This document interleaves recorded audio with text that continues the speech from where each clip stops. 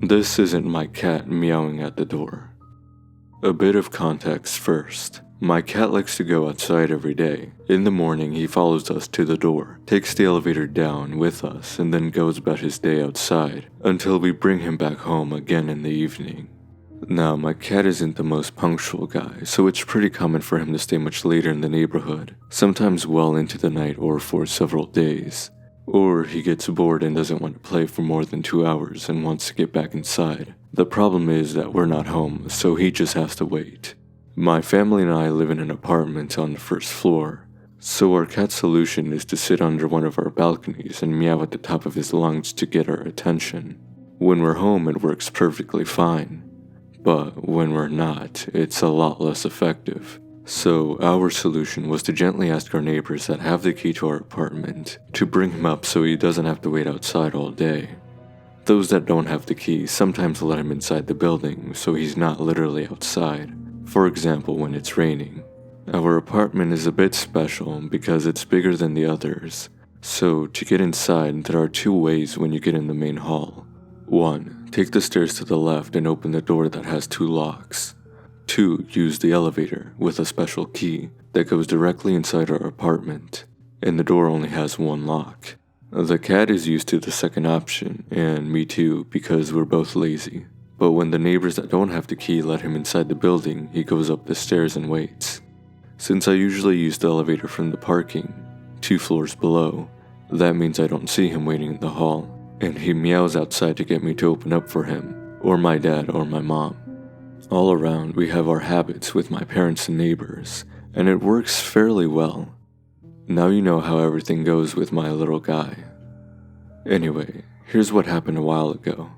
My parents like the outdoors very much, so I'm usually left alone on the weekends. Generally, it means taking care of the chores and inviting my friends over, so we can have the apartment to ourselves, which is pretty nice. This time I was alone. It was late, 11 p.m.-ish, and I was just chilling in the living room before hearing meowing over the sound of the TV. Someone let my cat in the building and he's waiting outside the door. I took my keys and started opening the first lock. I don't know about the other pet owners, but I know my cat's meows by heart. It's kind of a rising meow that's very high-pitched and very cute, and that also has a specific rhythm because I've been hearing it nearly every day for 5 years. So I stopped. The noise isn't what it usually is.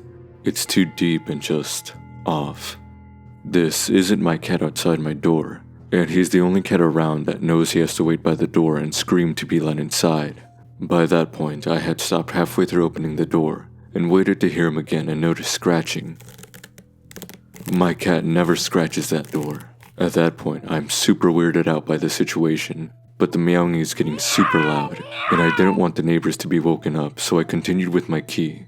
But suddenly, I heard another noise that freaked me out. A cough. For the record, I'm not a very cautious person, and in my whole 21 years of living in this apartment, I must have looked in the peephole a total of maybe 5 times.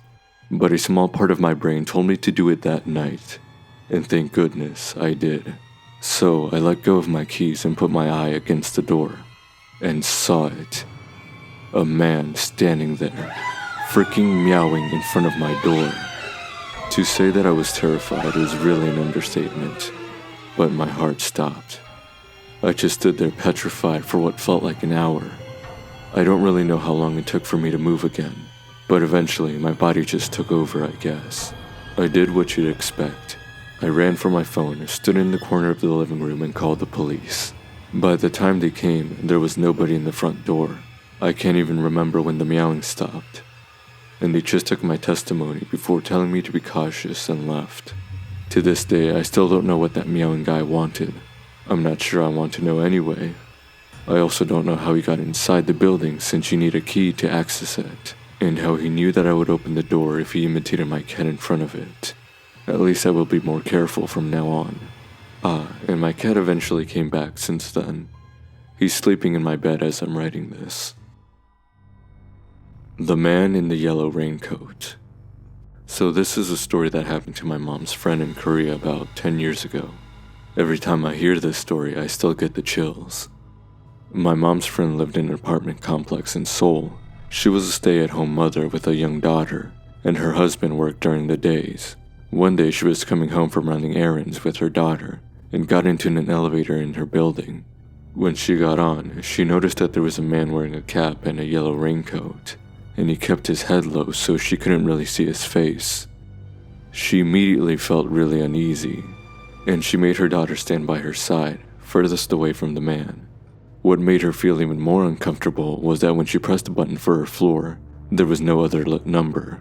And on top of that, she noticed that he was carrying something wrapped inside newspaper close to his side. Things started to click in my mom's friend's head, and she started to panic, and decided to take out her cell phone and pretend she was calling home to her husband, who was obviously really not at home and at work. She started saying things like, "Oh, I'm on the elevator and about to get off. Can you get the door for me?" And making it seem like her husband was waiting at home. When the elevator did reach her floor, I think she lived on like the 12th floor or something, she quickly got off and grabbed her daughter and started to walk as fast as she could to her apartment. She noticed that the man also got off on her floor and was slowly following her down the hallway. When my mom's friend got to her door, she started to bang on it and shout, "Hey, Yobo, husband/dear, I'm home, please open the door," and kind of pretended like he was coming to answer the door.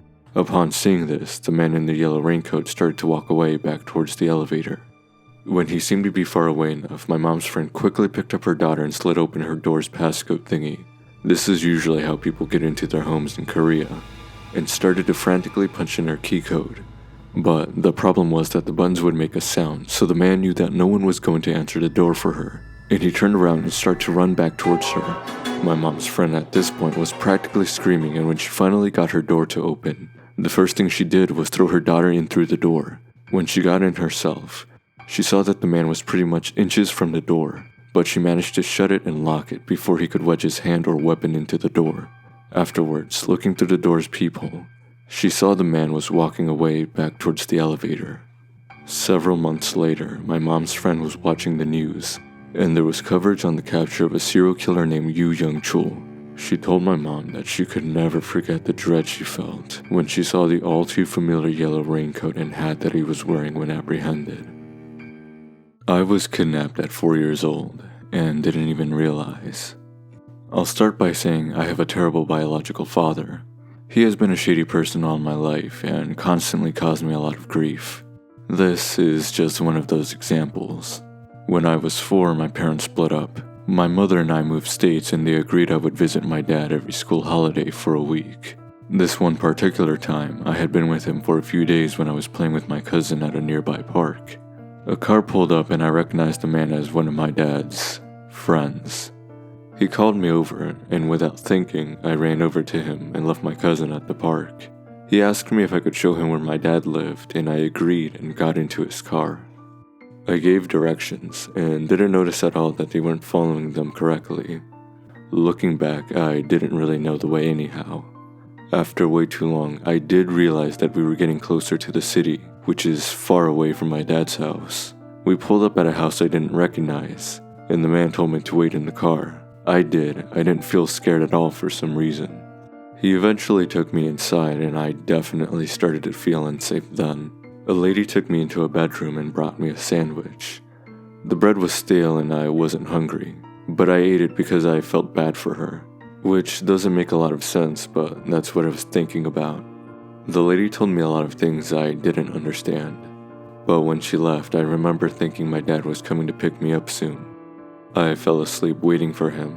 I wet the bed that night, and no one came to see me the next day until I cried very loudly and banged on the door. The lady came back and yelled at me for stinking up her room, and I asked about my dad. She said he was coming tonight after he finished work. She didn't offer me a shower or bath, so I sat in my soiled pants all day. After that, everything turned into a blur, really. My dad did not come that night, and I was so terrified. In my head, I felt like I was there for months. I thought I was missing school and everyone had forgotten about me. In reality, I was there for 5 days. They let me take one shower. I don't remember eating much except for boring sandwiches, and I had chips and gravy once. Finally, my mom drove across the country to come and get me. After not being able to get a hold of me or my dad for so long, and then missing my pre-booked flight home, She panicked and came looking for me. Thank goodness she did. She found my dad at his girlfriend's house, methed out completely, hiding out. Turns out he owed a lot of drug money to the people who had taken me. They had told him that they had me, but he couldn't afford it, or didn't want me back. Whatever it was, he didn't bother to try to get me back. My amazing mom paid his debt for him after borrowing from a lot of people, and she came to get me back. I remember when she came into that room and told me my mom was here, and I walked out and I could smell her. It was the best feeling to feel safe again. She took me home and I didn't see my dad again for a long time. She never called the police. My parents' relationship was very complicated then, and I fully understand the choices she made. I'm definitely okay now. I've spoken about this in therapy, and I've come to terms with most of the things that I went through as a child. But still an effed up situation for a 4-year-old girl to have to be in. So to my dad's friend, the sandwich lady, and even to my dad himself, let's not meet.